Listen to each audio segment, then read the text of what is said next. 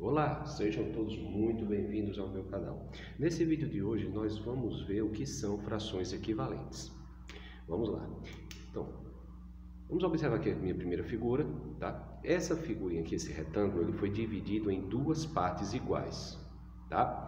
Então, nas frações, sempre o número de baixo ele representa a quantidade de partes que nós temos em relação ao inteiro. Então, nós temos aqui a figura completa e essa figura completa aqui, ela foi dividida em duas partes. Então, o número 2 nós escrevemos aqui embaixo no denominador. E vamos supor que dessas duas partes eu queira considerar apenas uma delas, tá?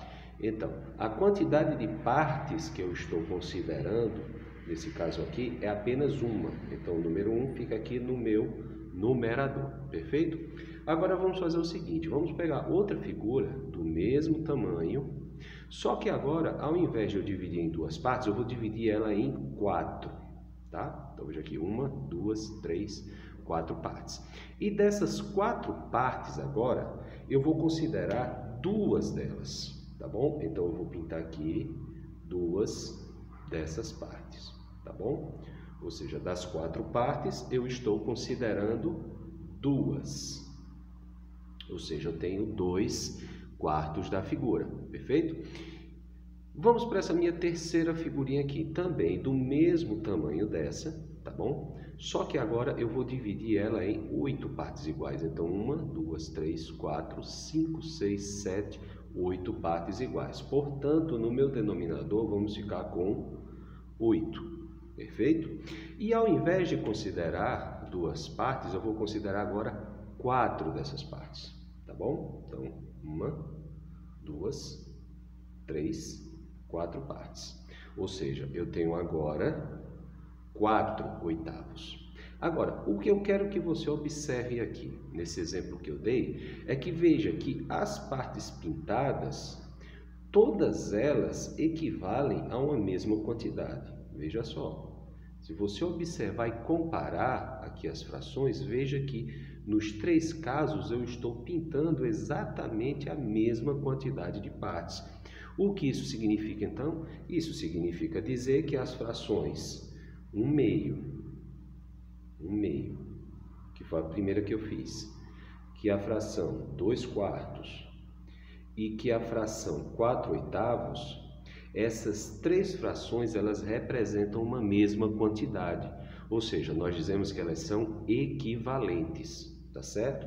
Então, nós usamos aqui o símbolo de igualdade para dizer que essas 3 frações elas representam uma mesma quantidade, perfeito? Então, o que são frações equivalentes? São frações que representam a mesma quantidade, perfeito? Agora, vamos pegar agora essas frações e vamos observar outra coisa interessante nelas aqui. Veja só. Veja que eu tenho aqui a fração 1/2, tá? E a fração 2/4. Se você observar bem aqui, isso era como eu tivesse pegado essa fração 1/2 aqui e tivesse multiplicado ela por 2. Observe só. É como se eu tivesse multiplicado ela por 2. Olha, 1 vezes 2 é 2. Olha aqui no numerador. E 2 vezes 2 é 4. Olha aqui no denominador. Então, é como se eu tivesse pego essa primeira fração, 1/2, e tivesse multiplicado ela por 2. Agora, olha só. Observe agora a primeira fração, 1/4, e observe a terceira. Olha só, é como se eu tivesse pego a primeira fração e tivesse multiplicado ela por 4, não é isso? 1 vezes 4 dá 4, e 2 vezes 4 dá 8.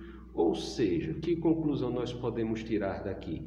Que se você pegar uma fração qualquer e multiplicar ela, a fração que você vai obter depois de multiplicar será uma fração equivalente. Então, por exemplo, se eu tivesse aqui a fração 2/3, vamos supor que eu multiplicasse ela aqui, digamos, por 4, tá? Se eu pegasse essa fração aqui e multiplicasse ela por 4, que fração eu iria obter? Olha, 2 vezes 4 dá 8 e 3 vezes 4 dá 12. Olha só, essa fração aqui, 8/12, ela é uma fração equivalente a 2/3. Tá certo? Então, para você conseguir uma fração equivalente a outra, basta você fazer o quê? Basta você pegar a fração e multiplicar ela por algum número, qualquer que seja. A fração que você obtém, ela será equivalente à primeira. Então, 8/12 é equivalente a 2/3. Ou seja, se você fizesse o desenho delas duas, como nós fizemos aqui nesse exemplo, você ia verificar que as partes pintadas seriam exatamente as mesmas. Outra coisa é o seguinte, observe aqui, olha só, vamos pegar esse primeiro exemplo aqui que nós fizemos ainda, tá? Eu vou escrever aqui embaixo a fração 4/8, tá? E eu vou escrever aqui a fração 2/4, né? Que nós já sabemos que elas são equivalentes, perfeito? Agora veja só, se você olhar direitinho, 4/8, se você pegar esse 4/8 e dividir por 2, tá? Se eu pegar esse 4/8 aqui e dividir isso por 2, ó, 4 dividido por 2 dá 2, e 8 dividido por 2 dá 4, ou seja, eu também consigo uma fração equivalente se eu vier aí dividir, tá certo? Então, se você pegar uma fração e dividir ela por algum número, você também estará conseguindo uma fração equivalente. Por exemplo, vamos supor que eu tenha aqui 12/15. Tá? Vamos lá. Dá para eu dividir essa fração aqui por algum número? Dá para eu dividir essa fração, por exemplo, por 3. Tá? Vamos lá. 12 dividido por 3, quanto que vai dar? Vai dar 4. E 15 dividido por 3 vai dar 5. Então, eu obtive aqui, olha, essa fração aqui, 4/5. A fração 4/5, ela é equivalente a 12/15, perfeito? Então, mais uma vez, para você encontrar uma fração equivalente, basta você fazer o quê? Ou você multiplica essa fração por algum número, ou você divide essa fração por algum número. Então, tem essas duas formas de você encontrar frações equivalentes, tanto multiplicando quanto dividindo. Tá? No caso em que você está dividindo a fração por algum número, você está aqui, na verdade, fazendo uma simplificação, tá bom? Então, o que é uma simplificação?